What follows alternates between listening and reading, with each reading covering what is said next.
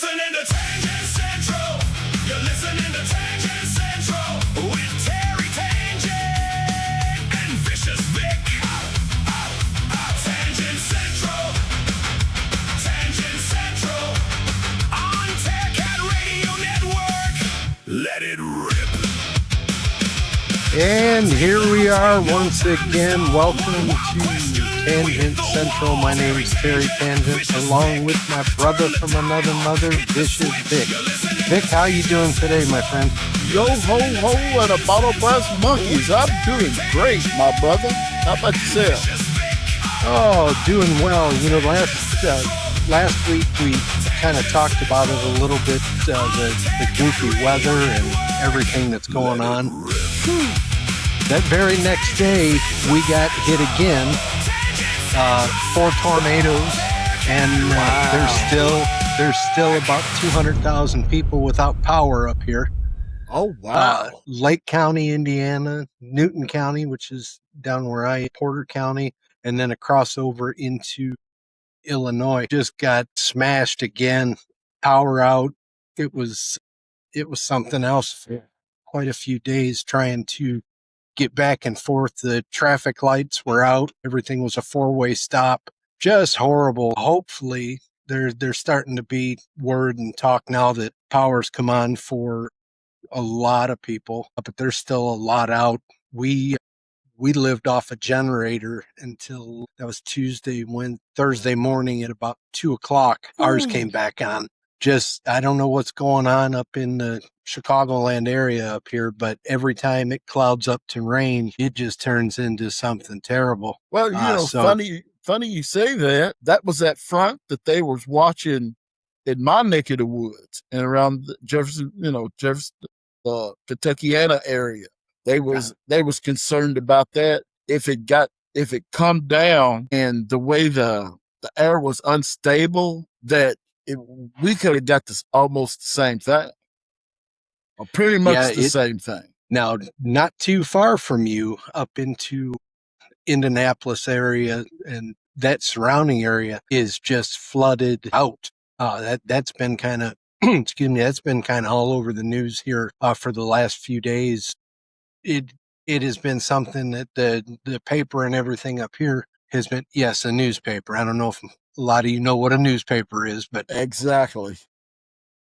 But they're calling it damage and storms that Northwest Indiana and Chicago area have never seen. And then you get down around Indianapolis and just a little south of there, they're underwater, and a lot of people affected one way or another by this mess. Yeah, 10 inches of rain. I mean, fell in like hours.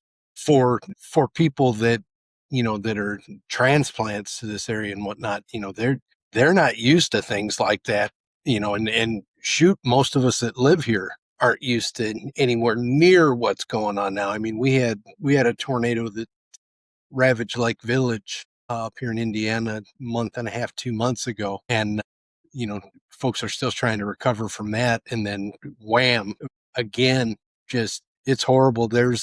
Like I said, there's still 200,000 or so people without power. And this is going into day 6. So hopefully, all the linemen working out here, they're doing absolutely everything they can. They're doing a fantastic job, but sooner the better for a lot of these folks, because most everybody's lost, all the food and whatnot that was in the refrigerators. They don't have a generator. There's no way to keep anything cool.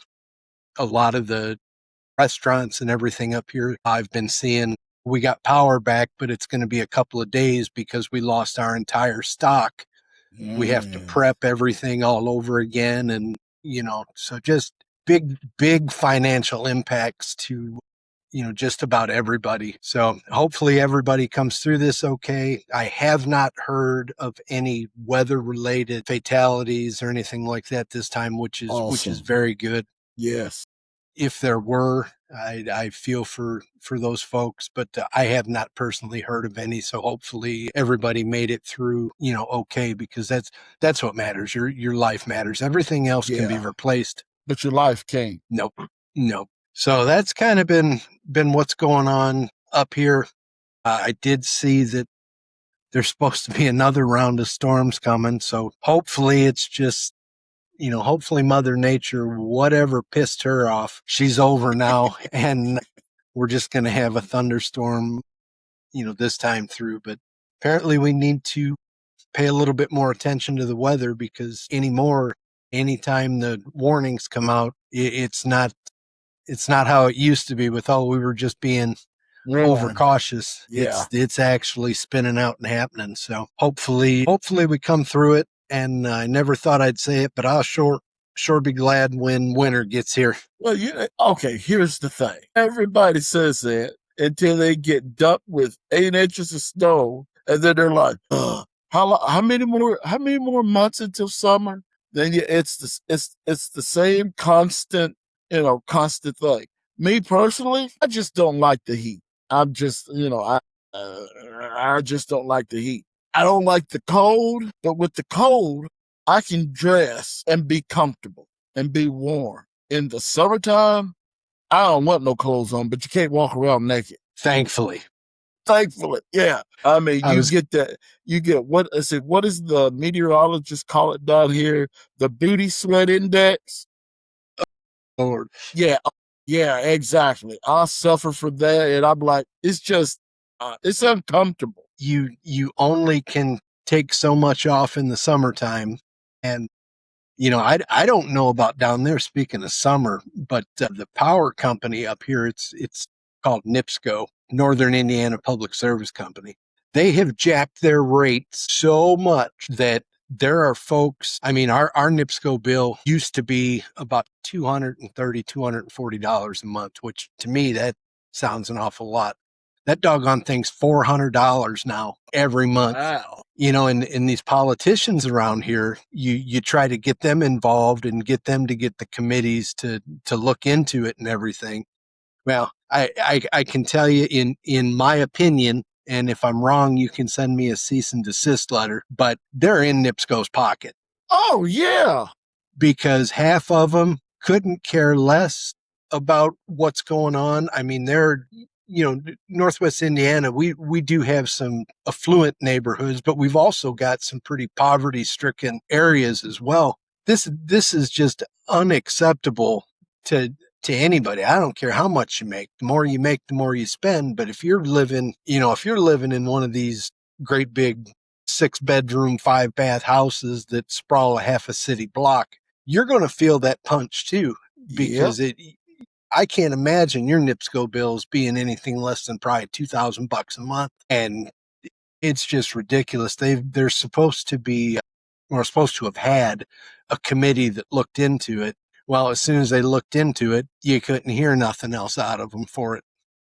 So it kind of fell on deaf ears. So yeah, it's just a mess up here, between, like I said, the storms and NIPSCO and their rate hikes. And, we talked about it a couple episodes ago, the cost of groceries and everything's going up except Ain't that the truth? And no G&E, that's our electric grid and everything down here. They ask for a raise every 3 months. And it's not like point something percent, it's 2%, 3%, 6%. I think the last raise they asked for was like almost 10%. Mm. And I'm like, now my bill for the little house that I live in, it's $142. And I listen to everybody else that lives in maybe a bigger house than mine, and they're saying, "You're lucky. My bill's almost $300." And I'm like, how in the world is that possible? I mean, granted, I keep my air conditioner set at 76. Whew. Yeah, I'll keep it at 76. It's comfortable for me. I don't want it I don't want it where you can hang meat in it. Because if you have to go out, if you have to go outside, it's already hot. Your body's done got used to being in a deep freeze. When you go outside, that's a shock to your system. I did learn something in science. I didn't learn much, but I did learn. You can't go from cold to hot without it smacking you in the face. So That is at 76, it's comfortable. And plus, I got little rotating fans and a ceiling fan. But and there's bigger houses like like what you was talking about. There's no telling, and they don't have no trees, so they get the sun as soon as it raises, as soon as it goes down. yeah, that's excuse me, that's something that oh, there's my company again. And he showed me his balloon knot again. You know, we go through this every week. You gotta love them because they don't know. They think they're the center of the universe. Yep. But yeah, the power bills, and and don't get me wrong, I'm not hating on anybody that's making the millions of dollars a year. Good for you. Good for you. But these companies posting record profits and this and that, that's fine and good. Take your record profits, but you got to look at the little guy who's making you those record profits as well. Yeah, And you gotta get us up to where we can at least live. well, that starts with our commander in chief. I mean, Yeah, yes and no. I mean, yes and no. I mean, thankfully we're still a democracy, and the government doesn't lay out what folks make and what they pay. But yeah, I think a little bit tighter regulation on you know big pharma, oil industry, oil and gas. definitely. Ooh. The first thing that we noticed when the power went out, there was one gas station in my area that was on a generator. Conveniently, the only fuel they had to sell was premium. And that convenient. And I So don't know they what your sold, premium is up there, but well, I can tell you, to fill my wife's car up, and it's just a little Ford SUV, little Edge. That car, a 7 gallon gas can and a 3 gallon gas can, which is what we use to fill our generator up, was $107, I think. my gosh. Yeah, so I don't know what the actual price per gallon was, but it was something else. And then when the power started coming on along the, kind of the main roads here, there was a few gas stations that opened, but as soon as that power came on, the price of their gas went up at least 10 cents. But Price you can't gouging. call that's it. That's Price it. And gouging. there was just a big thing, but you made me think of it when you were talking about the Fed. There was just a big thing where they were investigating a bunch of different gas station brands for price gouging. And I read the article about the initial investigation, and then all of a sudden that went away too. So it's just they're kicking you while you're down, and then as soon as you stand up, they kick you a little bit harder. So it's a struggle, and it's I feel for the folks that aren't as fortunate as some of us and make a halfway decent living. But if you look at it, the cost of living has gone up, and the middle class, that money has, used to be, you made 80, 90, $100,000 a year, you were upper middle class. You making 80, 90, 100 grand a year now, you're middle to low middle class Yep. by their Standards. standard now. And that is just ridiculous to me. I mean, that I don't care what year it is. $100,000, that's a lot of money, but it's not. And it's just pathetic. It's really pathetic. And I hope that somebody in a position of some type of power hears this episode, sees it, because you damn sure can reach out to me, and I'll put you right on this show and we'll talk about it. That's right. And you can weasel your way out, or you can come clean, whatever you want to do. But I will 100% put you on here. I will not censor you. I will let you say what you want to say. The only thing I ask is that if we ask you a question, you answer it, and you don't dog and pony around it. Exactly. And with you, they're not going to do that. Yeah. No. I mean, if they can weasel around reporters when they ask the serious questions, they ask a question and they answer with a question. And the reporter's like, wait a minute. I just asked you this question and now you asking me. So, Right. they're paid to weasel. Yep. Yep. I mean, and I just think, talking about price gouging, I know it goes on everywhere, but man, Louisville, the Kentucky in general, especially in the Louisville market, you want to talk about some price gouging. At one moment, gas could be $3.15. You let a major event come to town, that gas will jump 30, almost 40 cents. Right now in Jefferson County, some places gas is $3.49, other places it's $3.29.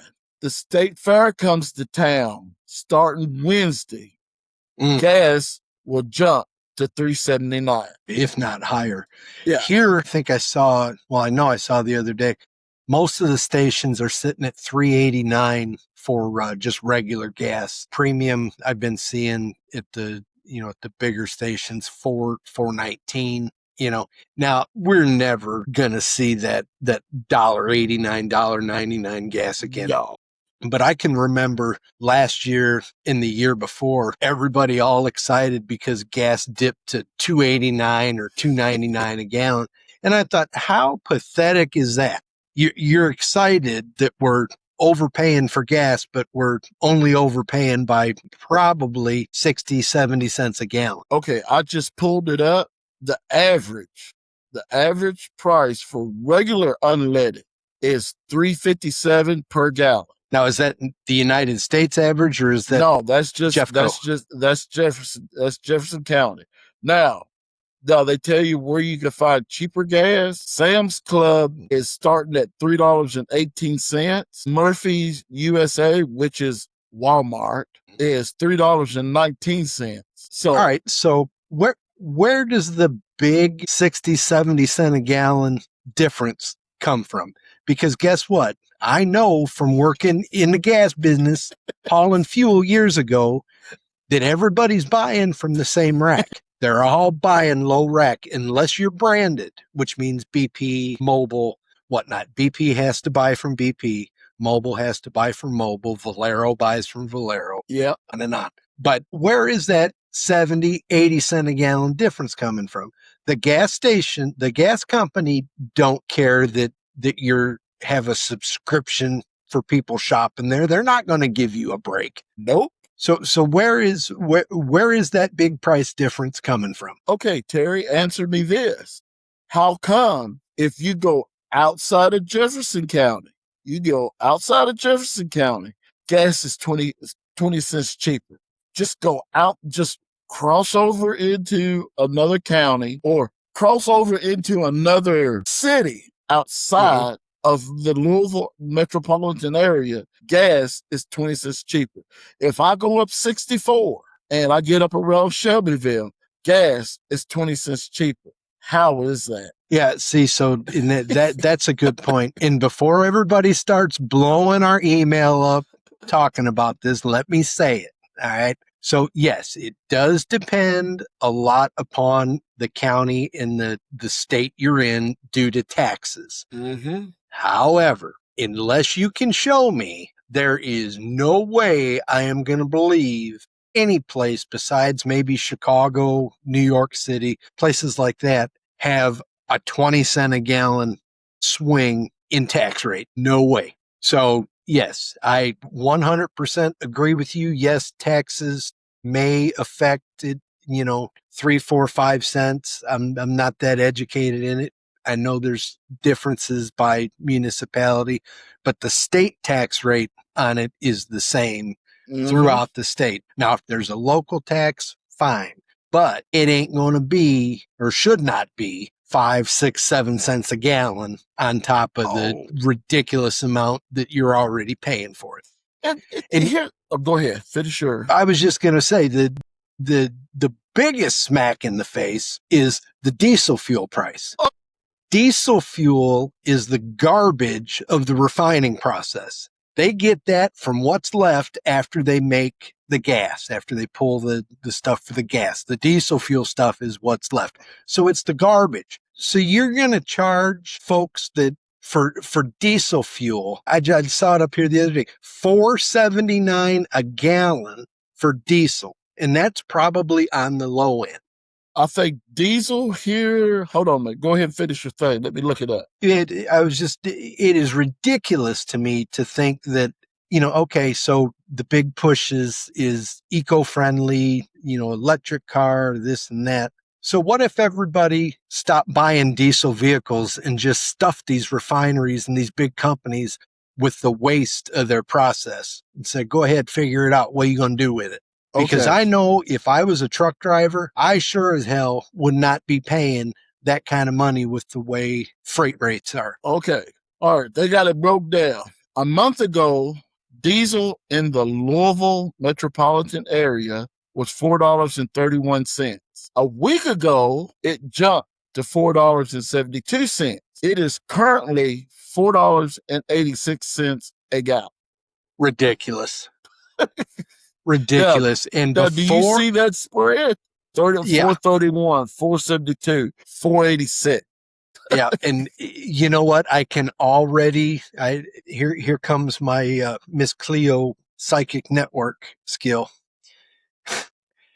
I can already tell you when we check email later on today, tomorrow, there's going to be 5,000 people that sent us emails saying it's because the war in Iran. Yep.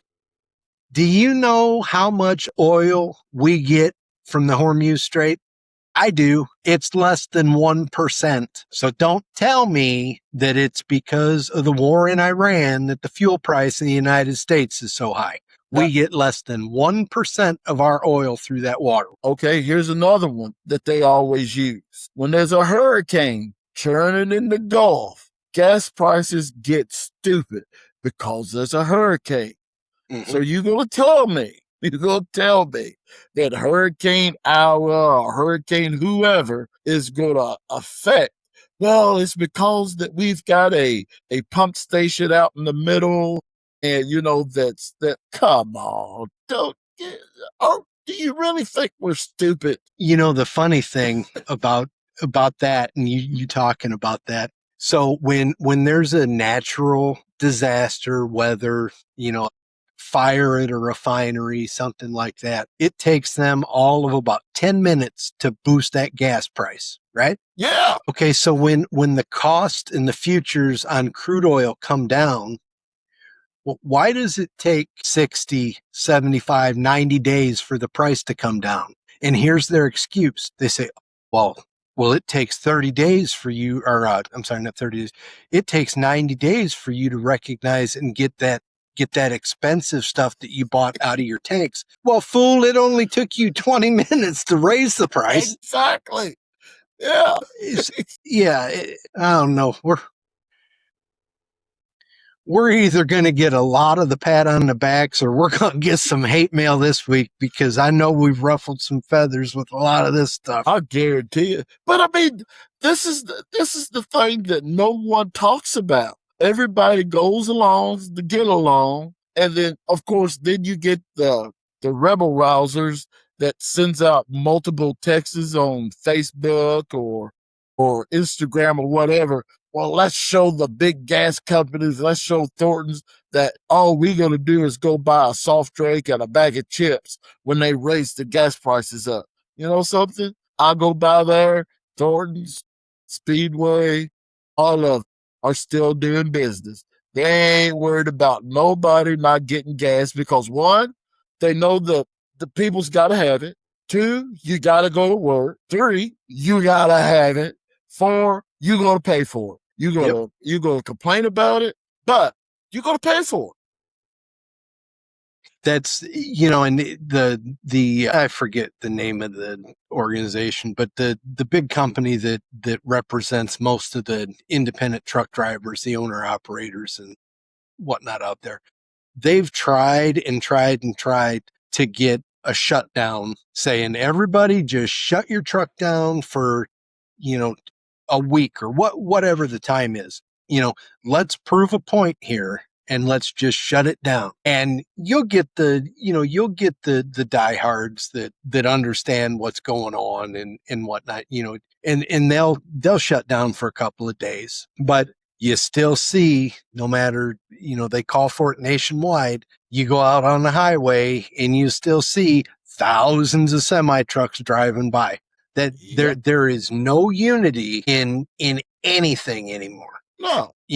I understand everybody's got to eat, everybody's got to take care of their family, and yeah, I understand all that. But there comes a point in time to where, hey, maybe if I don't buy that $4 Starbucks coffee every day this week, and I don't go out to eat every day, and I actually eat at home, maybe that whatever money I make in a week isn't gonna hurt me that bad if I join this cause and try to support, the rest of the people and, support my cause. I don't know. I know if somebody called me up and said, hey, we're gonna shut down the industry for a week. There's nobody gonna go to work in the environmental business for a whole week. I would ask where I signed up, because it'd be for the greater good.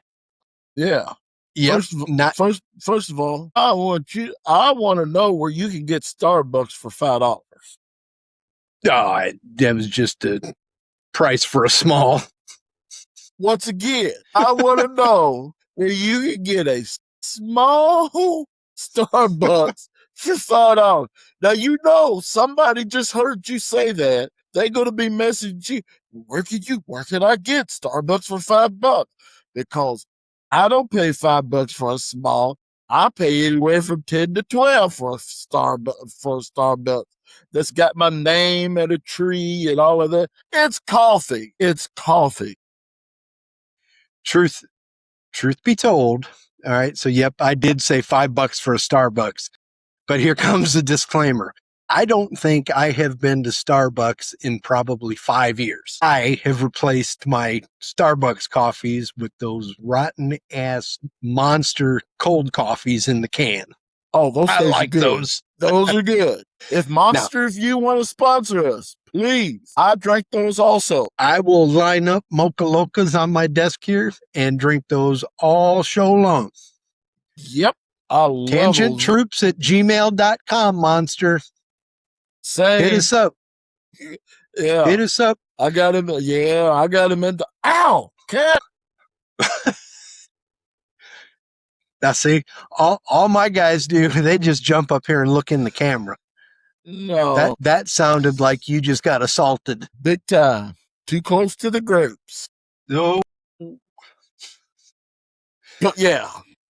Mocha Loca. I like those. Well, I ain't gonna tell you what I like in those. Monster call us. Then I'll tell you what I like in those. Exactly. Because I'm sure we got the same taste. Yeah. Yep. Hey, speaking of ruffling feathers and ticking off certain percentage of the country because they're all stuck in their feelings and need attention. You sent me this clip that you saw. So let's go ahead and play this, and after it's over we'll talk about it. The prevention program for transgender boys. I can't even say this without laughing. Do you think that is a useful form of our tax spend? I'm not familiar with that grant, but I think bench research, government investment in scientific and Teen pregnancy for transgender boys. Do you think that is a useful spend of our tax dollars? I think government investment in all kinds of scientific research is of the utmost importance. Including pregnancy prevention for transgender boys. Okay. Teen pregnancy prevention program for transgender boys.